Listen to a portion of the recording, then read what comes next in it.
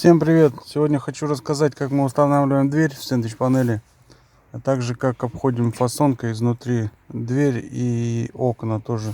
Фасонка что на дверь, что на окна запиливается одинаково, поэтому решил объединить все в один ролик.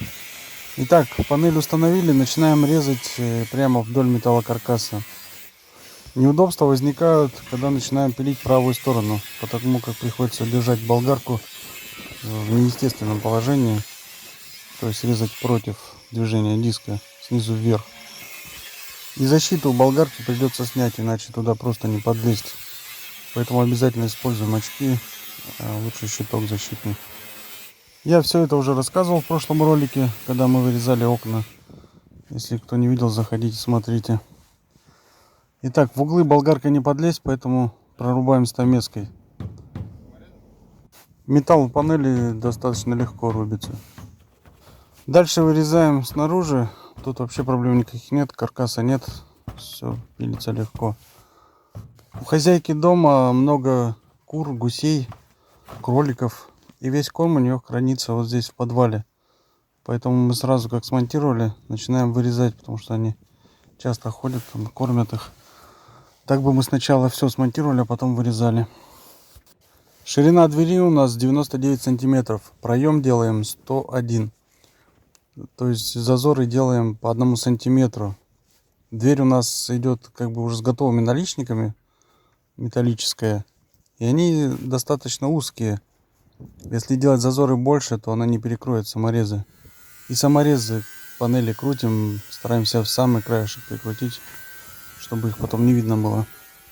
Панель вторую установили, разметились и вырезаем тоже в ней проем. Так, когда установили одну панель, вырезали, потом установили вторую, вырезали. Размечаться проще, но в целом получается дольше. После того, как с двух сторон обрезали, проходим ножом пенопласт. Ну и снимаем наш кусок. Проем готов. Несем дверь. Двери у нас тяжелые, металлические, внутри заполнены минватой. Поэтому лучше втроем их принести. На двери с каждой стороны приварены по 4 пластины 2 мм толщиной. Для удобства транспортировки их загибают, но мы их перед монтажом выравниваем. Они нужны, чтобы закрепить дверь к металлокаркасу. Повторюсь, дверь тяжелая, поэтому затаскиваем ее втроем. Если вас меньше 3, то лучше снять дверь с петель, установить одну коробку, а потом уже навесить саму дверь. Но это тоже не так просто. Весь вес тут как раз в самой двери, поэтому на петли вешать ее тоже та еще задача. Итак, дверь на место воткнули. Делаю одинаковые зазоры, проверяю по уровню и подгибаю наши пластины, чтобы они плотно прилегали к металлу. Парни снаружи прижимают дверь к панели, а я уже прикручиваю здесь через ухо в металлокаркас. Крутим сначала ту сторону, где петли, на 2 самореза, один снизу, другой сверху. Таким образом дверь уже зафиксирована, никуда не денется. И переходим на правую сторону. И проделываем ту же операцию. Парни с той стороны давят как можно плотнее к панели. Я тут прикручиваю. Да, и очень важно построить каркас ровно по уровню. Потому как зазоры минимальные, дверь поравнять особо не получится. Ну и в другой плоскости она прижимается к панелям. Там тоже ничего выровнять не получится. Поэтому все должно быть ровненько. Итак, дверь зафиксировали. Для успокоения проверяем по уровню. Все ровно. И дальше пеним. Зазоры у нас тут маленькие, поэтому используем специальную насадку, чтобы запенить. Это носик для силикона, он прекрасно вставляется на пистолет. И не нужно покупать какие-то специальные трубочки. А сэкономил, считай, заработал. Да, и тут этот носик необходим, потому как надо сразу пропенить на всю глубину. Как на окне с двух сторон пропенить не получится. В нижней части дверь у нас стала на металлокаркас, так как панель у нас 50 мм, а ширина коробки 90. А с наружной части мы прорезали панель чуть ниже металлокаркаса, чтобы можно было запенить. Итак, дверь пропенили. и обрезаем лишнюю длину ушей по металлу. И дальше идем делать фасонку. На окна у нас фасонка практически такая же, запиливается точно так же, поэтому покажу, как я делаю оконную фасонку. Дверная делается точно так же. Итак, эта фасонка у нас на окна изнутри. Сначала делаем нижнюю планку и верхнюю, они будут одинаковые. Вот эта полка у нас 50 мм, соответственно запиливаем 49 мм и загибаем. Язычок делаем сантиметра 1,5. Дальше отмеряем в размер по окну и делаем со второй стороны то же самое. Готовый размер нашей планки должен быть на 5 мм меньше, чем металлокаркас под окно.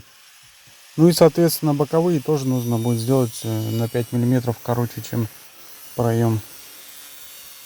Вот так выглядит наша планка на окно. Размер, который 55 мм, он зависит от того, какой ширины панели и есть ли каркас. А вот так выглядит уже запиленная фасонка. А вот эту часть пилим не прямо по углу, а оставляем миллиметра 2 загиба, чтобы потом, когда будем стыковать, все выглядело красиво. Вот сейчас представлю кусочек, чтобы наглядно показать, как это должно выглядеть. Вот такой будет стык в итоге на окне.